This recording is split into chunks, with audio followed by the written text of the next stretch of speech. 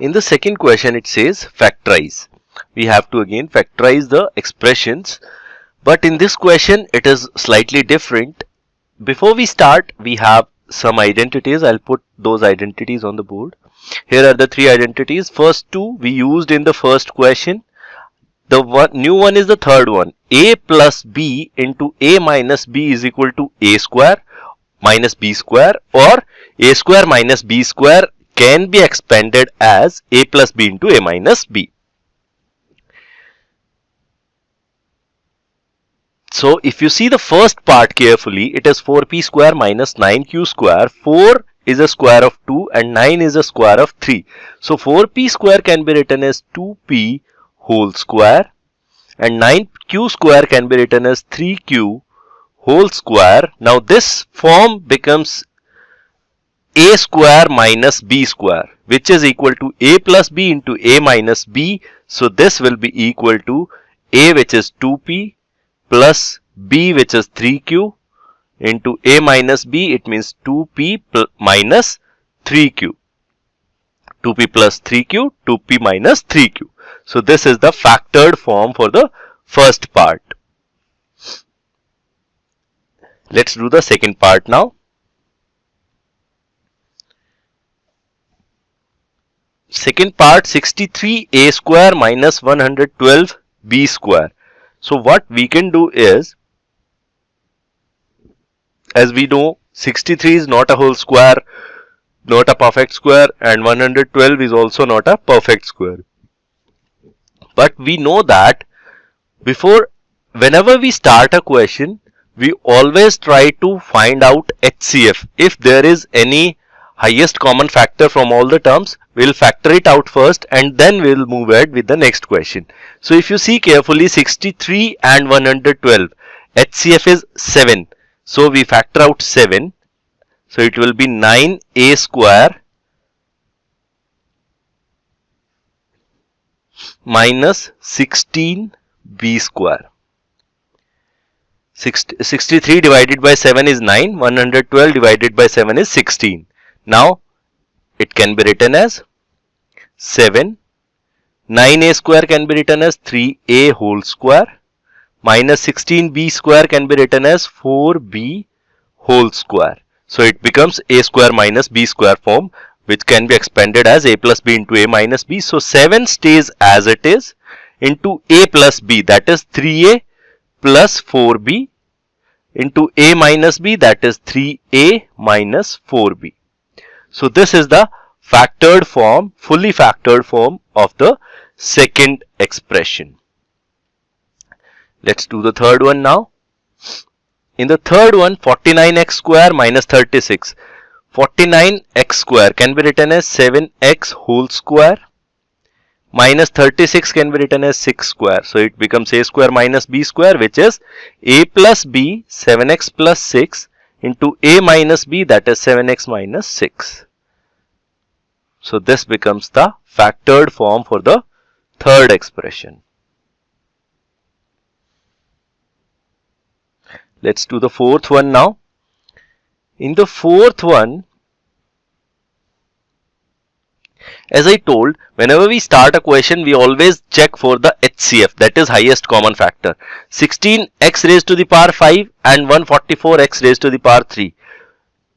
It means 144 is divisible by 16 and x raised to the power 5 and x raised to the power 3. Highest common factor is x raised to the power 3. It means we can factor out 16x cube, which will leave us with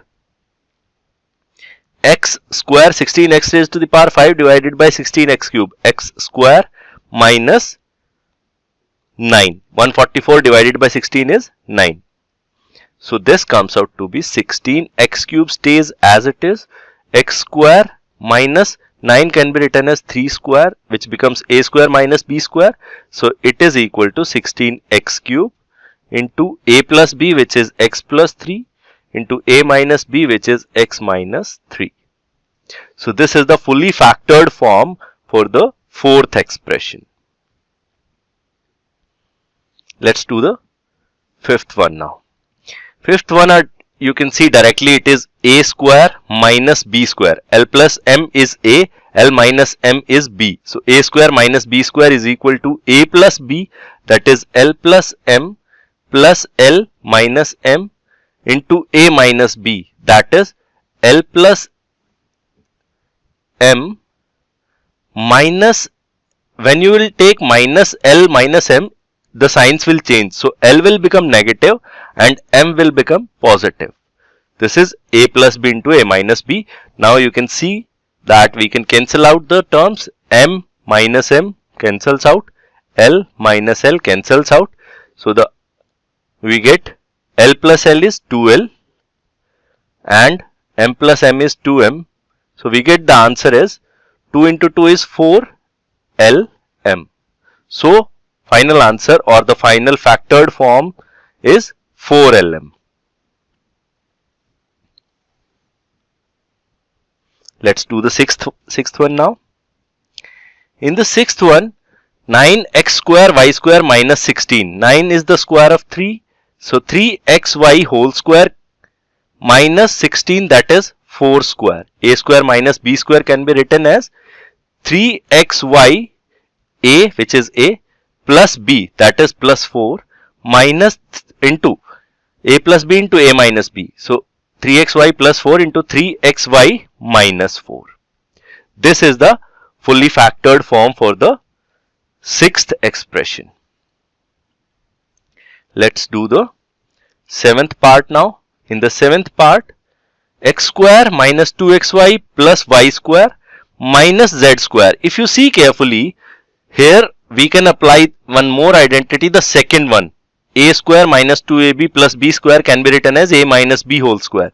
So x square minus 2xy plus y square can be written as x minus y whole square minus z square. So first we have to apply this identity to write it in this form.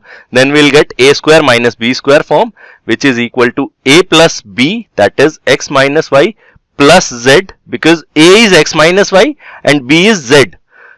So a plus b into a minus b, x minus y minus z. So this is the fully factored form for the seventh one. Let's do the eighth, last one now. Last one, we have 4 terms here. So what we will do,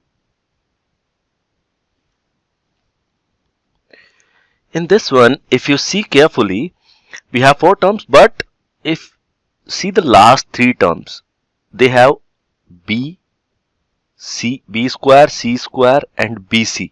It means it can be possible that the last 3 terms can be written as in the form of a square plus 2ab or minus 2ab plus b square. For that, first of all, let's see the sign. Signs are minus, minus, plus, minus. So to convert the signs, we can factor out minus, which will change all the signs of all the 3 terms. 4b minus 4b square will become plus 4b square, and 4 can be written as 2 square. So 2b whole square. Here it will be minus. We will see what the middle term will be. Here it will become plus. 49 can be written as 7c whole square. And now 2 into 7 is 14.